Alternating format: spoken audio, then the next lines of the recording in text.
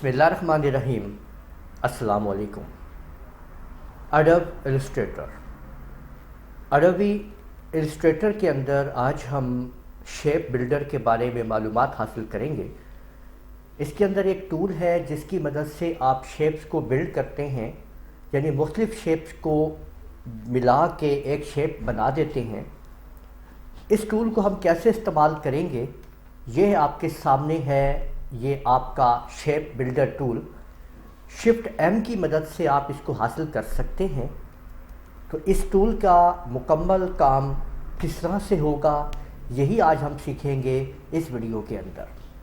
और इससे पहले अगर आप लोगों ने अभी तक मेरा चैनल सब्सक्राइब नहीं किया तो सब्सक्राइब कर लीजिए और साथ में बेल आइकन को भी क्लिक कर दीजिए ताकि जैसे ही मेरी वीडियो अपलोड हो आप तक पहुंच जाए।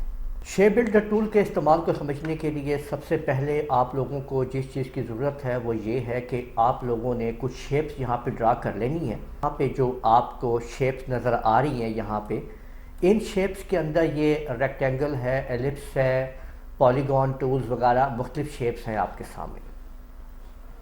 अब देखें, अगर मैं आपके सामने अगर एक अदद ये रेक्टेंगल को लगाता हूँ, ये देखें कि ये मैंने यहाँ पे एक रेक्टेंगल ड्रा कर लिया है, ये आप देख सकते हैं। और इसके साथ अगर मैं आपके सामने ये एक अदद सर्कल ड्रा कर लेता हूँ, यहाँ पे आप ये देख सकते हैं कि ये मैंने एक सर्कल यहाँ पे ड्रा कर लिया है। अब आप ये देख सकते हैं कि ये दो शेप्स अलग अलग यहाँ पे मौजूद हैं। ठीक है, ये देखें। ठीक है, इसको हम एडजस्ट कर लेते हैं कि हमने किधर इसको एडजस्ट करना है और क्या साइज़ रखना है, ये आपके सामने। यानी आपने पहले इसको एडजस्ट कर लेना है कि कहाँ पे आपको ये शेप चाहिए, कैसे बनानी है। फिर दोनों को सिलेक्ट करना ज़रूरी है। ये बात याद रखें कि दोनों ऑब्जेक्ट सिलेक्ट होंगे आपके और शेप बिल्डर पे आप आएंगे और इसको आप ऐसे करके ड्रैग कर देंगे तो आपके सामने एक शेप तैयार हो जाएगी। इसके बाद एक और शेप बनाते हैं, एक और सर्कल लगाते हैं। ये देखें, अगर मैं शिफ्ट की मदद से सर्कल लगाऊंगा तो सर्कल आप लोगों को पता है बिल्कुल राउंड लगेगा। ठीक है, ये देखें, ये शिफ्ट से हमने राउंड सर्कल लगा लिया। इस सर्कल की मैं इसको सेलेक्ट टूल से मैंने सेलेक्ट किया, इसको मैंने आगे की तरफ लाया। यहाँ पे देखें, ये मैंने इसको इस तरह से बना दिया है। दोनों को सिलेक्ट किया और आल्ट की मदद से नीचे ला के मैंने इसकी कॉपी ले ली। आप देखिए ये चीज़ मेरे सामने आ चुकी है। अब यहाँ पे हम शेप टूल से शेप बिल्डर टूल से एक शेप बनाएंगे। ये देखें कि ये मेरे सामने है। मैं आल्ट की मदद से माउस का व्हील ऊपर कर रहा हूँ तो आप ये देख सकते हैं कि ये मेरे सामने जूम इन हो गया। यानी आल्ट को दबाते हैं और व्हील को अप करते हैं तो इससे आप इसको जूम इन कर सकते हैं। अब शेप बिल्डर टूल को लेते हैं और कुछ मैं इसको ऐसे ये कर देता हूं और इधर से इधर कर देता हूं तो ये आप देख सकते हैं एक फ्लावर शेप आपके सामने बन चुकी है। ये देख लिया आप लोगों ने कि जस्ट हमने शेप टूल की मदद से कैसे उसके अंदर तब्दीली की है। तो कंट्रोल Z दबाते हैं ताकि मैं आपको अलग इसको दिखा दूं। मैं इसकी एक अदद कॉपी जो है साइड पे रख लेता हूं। ये देखें यहाँ पे, ठीक है, ये मैंने आल दबा की कॉपी रख ली है ताकि मैं इसको बाद में यूज़ करूँगा। आप याद रखें कि इनको आपने पहले सेलेक्ट करना ज़रूरी है। ये बात याद रखें, जिसके ऊपर आप काम कर रहे हैं उन तमाम ऑब्जेक्ट्स को आपने सेलेक्ट करना ज़रूरी है। ये बात याद रखें।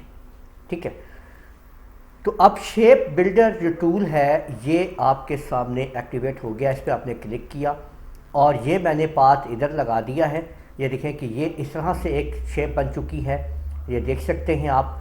ठीक है, और अगर मैंने ये वाला पाथ यहाँ से माइनस करना है, सपोज ये दोनों मैंने माइनस करने हैं तो आल्ट के बटन्स को दबाते हुए इनको आप निकाल दीजिए तो आप देख सकते हैं कि शेप बिल्डर टूल ने उसी चीज़ को कैसे एक नई शेप में शिफ्ट कर दिया है। ठीक है, कंट्रोल के साथ आप 0 प्रेस करें तो आपके सामने तमाम ऑब्जेक्ट आ जाते हैं। इनको दोबारा मैं लेता हूं। ये देखें कि ये आपके सामने ये चीज़, इसको मैंने लिया, साइड पे करते हैं।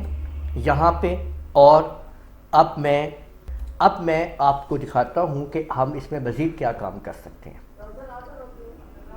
देखिए, अगर आप लोग यहाँ पे देखें कि इसके अंदर एक ये शेप मौजूद है, ये आप देख सकते हैं। अगर मैं इस शेप को इसमें से अलग करना चाहता हूँ तो मैंने इस सारे ऑब्जेक्ट को सिलेक्ट किया।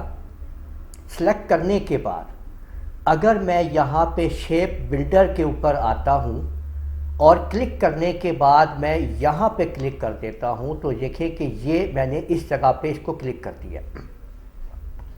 अब मैं इसको यहाँ से माइनस करता हूँ, इसको माइनस करता हूँ, ये माइनस और ये माइनस, तो आप देख सकते हैं कि बीच में से वो शेप रह गई है जो मैंने यहाँ पे उसको माइनस किया था, वो मेरे पास यानी बाकी माइनस हो गया है और वो बीच में शेप मौजूद है मेरे पास। ठीक है, कंट्रोल 0 करते हैं ताकि ये ऑप्शन मेरे पास आ जाए और मैं इसको इधर यहाँ पे रख देता हूँ इस तरीके से। देखिए, ठीक है, ये मैंने रख दिया। तो शेप बिल्डर टूल आप लोग देख रहे हैं, आप कुछ भी बनाते चले जाएं दो शेप्स को। अब देखें, मैंने एक अदद यहाँ पे आपके सामने ये रेक्टेंगल लगा लिया, ठीक है, और इसके अंदर अगर मैं यहाँ पे एक अदद ये पॉलीगॉन जो है ये मैं यहाँ पे लगाता हूँ, ठीक है, ये देखें शिफ्ट के ज़रिए बनाएंगे तो ये प्रॉपर एक साइज़ में आएगी।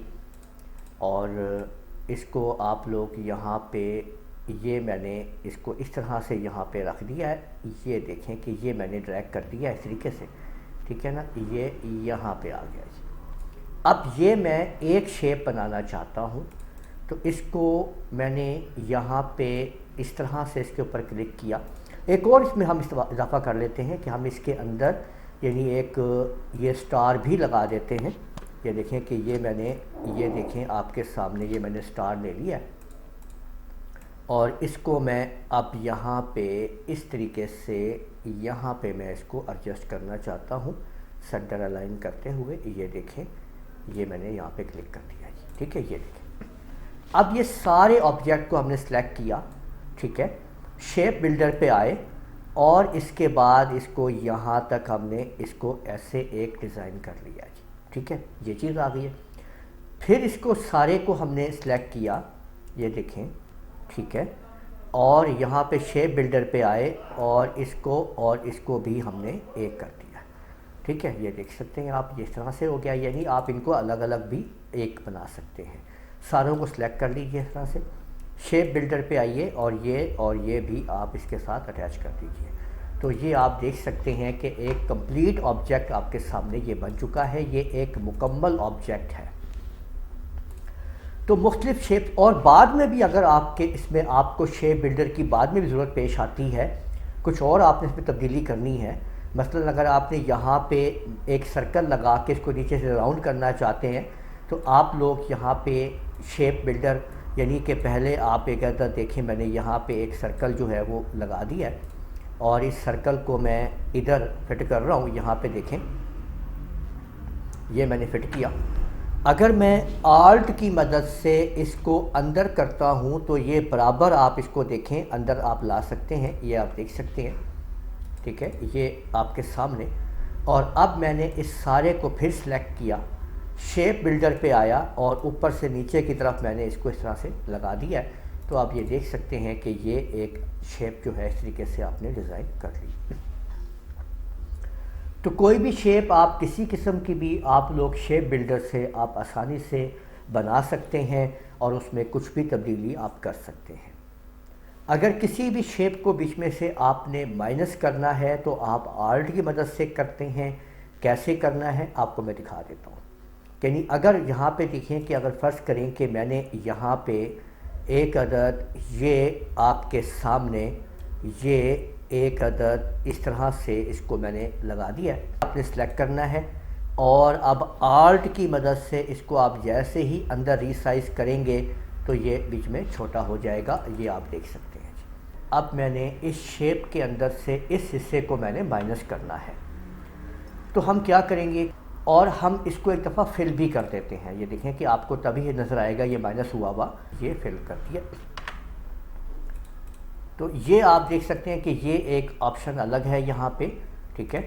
तो इस सारे को सिलेक्ट कर लें एक दफ़ा।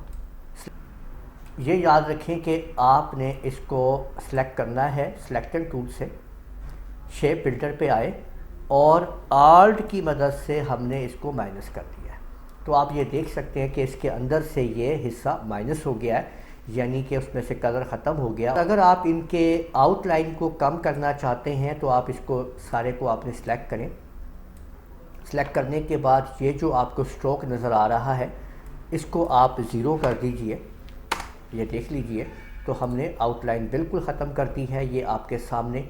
और अगर आप थोड़ा बढ़ाना चाहते हैं और तो यहाँ पे आप इसकी जो भी कलर देना चाहते हैं, तो यहाँ पे अगर मैं 0.25 कर देता हूँ, ठीक है, तो ये देखें आपके सामने, बस आप टाइप कीजिए तो हल्की सी आउटलाइन आपके सामने आ चुकी है, ठीक है। और आउटलाइन का ये जो आपको कलर है उस पर तब्दीली लानी है, कुछ भी आप करना चाहते हैं वो आप उसके अंदर आप ले आएंगे, यहाँ पे ओके करेंगे तो वो अप्लाई हो जाएगी। आप देख सकते हैं कि देखें उसके अंदर वही आउटलाइन अप्लाई हो चुकी है। तो इस तरीके से आप लोगों ने देखा कि आप लोग एक शेप बिल्डर टूल की मदद से कैसे ज़बरदस्त शेप्स को बना सकते हैं। उम्मीद है आपको ये वीडियो पसंद आई होगी। मेरे वीडियो को आप लोग लाइक कीजिए, शेयर कीजिए, कमेंट करना ना भूलिएगा। इजाज़त दीजिए, अल्लाह हाफिज़।